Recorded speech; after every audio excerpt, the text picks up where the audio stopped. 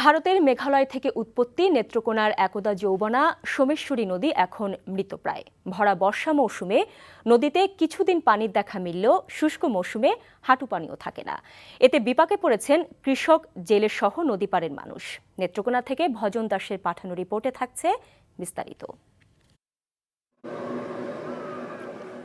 মরুভূমির মতো হয়ে যাচ্ছে একসময়ের খরস্রোতা সোমেশ্বরী।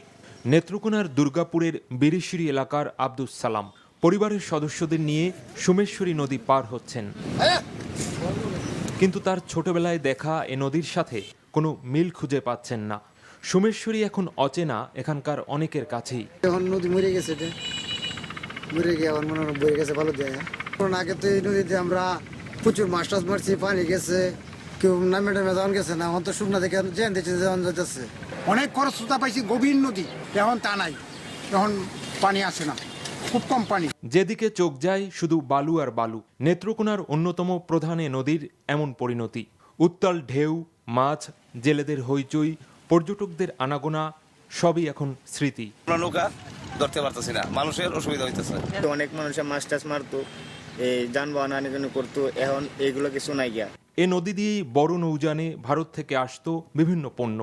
ছিল নদীকেন্দ্রিক জমজমাট ব্যবসা বাণিজ্য, বিভিন্ন চাষাবাদ, নিত্য প্রয়োজনীয় কাজে ব্যবহৃত হতো নদীর পানি।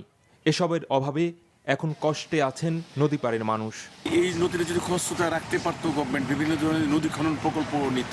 পানি নাই নদীতে গোসল করা বা গরু ধোয়ানো বা বিভিন্ন ধরনের যে পানিতে যেসব কাজকর্ম করা হয়।